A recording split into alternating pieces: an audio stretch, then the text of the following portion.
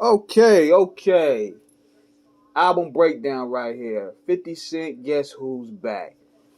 This joint right here was released, I think, in 2000, late 2001, early 2002, I believe.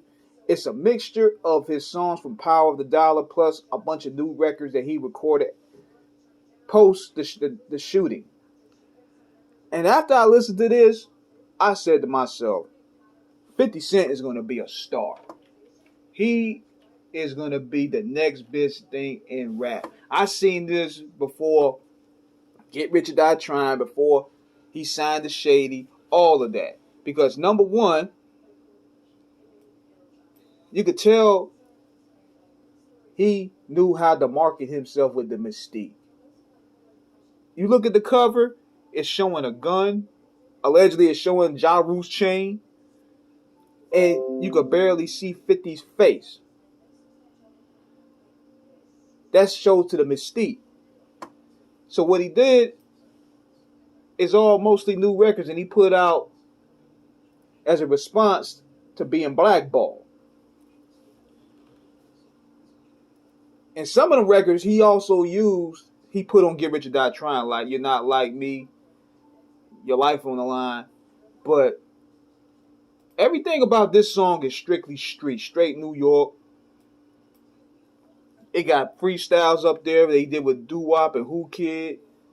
The Ghetto Quran joint, which brought him a lot of heat from his neck of the woods.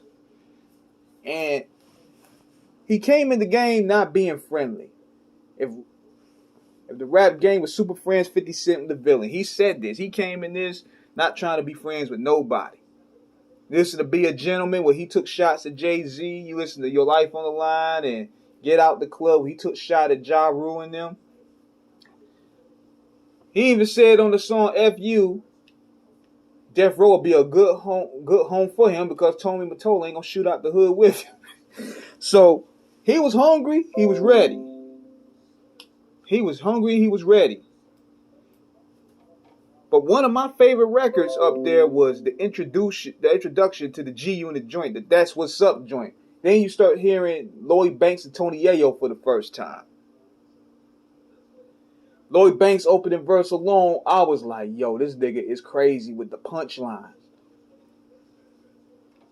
And that beat, it was the Wu-Tang joint from, I think it was from the Iron Flag joint they used, and they killed it. But the way 50 marketed and the way he did his hooks, I knew this guy was going to be a star. From Rotten Apple, You're Not Like Me. Then he showed he could really spit with 50 bars of pleasure, 50 bars of pain. Then he also featured some of the records that he did with Nas. I think it was Who You Rep, I think. But this was the record right here that really made people notice who 50 Cent was. Matter of fact, this was the record that got him noticed by Eminem. This was introduced to him, so Eminem signed him off this alone. So, Guess Who's Back was 50 at his rawest. He was at his hungriest. Get Rich or Die Trying, he had more of a higher budget. He was still hungry, though.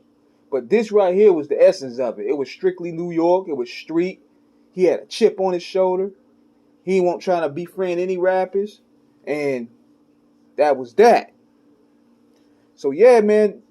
This was the start of a new movement right here. Guess Who's Back? Before the G Unit, DJ Who Kid mixtapes, this was the starter. So definitely check that out, y'all. Guess Who's Back from 50 Cent. This is King Eric signing out. Holla.